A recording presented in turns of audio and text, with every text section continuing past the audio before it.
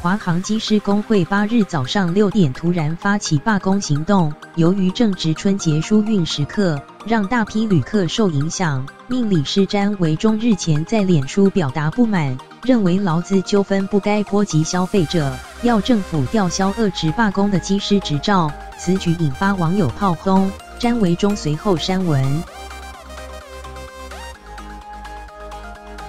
今天10日，詹维忠忍无可忍开说明，强调自己没反对罢工，只是认为春节突然罢工就是不厚道。他也怒呛酸民在留言就封锁你们。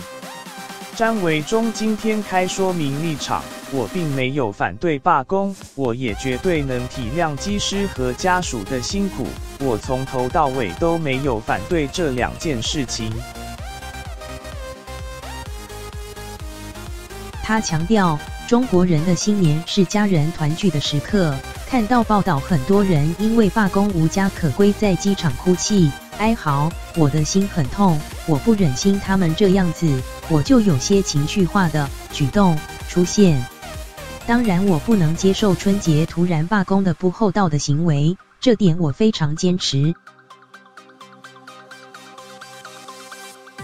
詹维忠说自己也是小人物、弱势族群，能体谅所有华航机师组员和家属受到的委屈，但他无法接受春节突然罢工，称你们可以告诉我们一个期限，我们可以更支持你，认为劳资双方争议不该让消费者牺牲。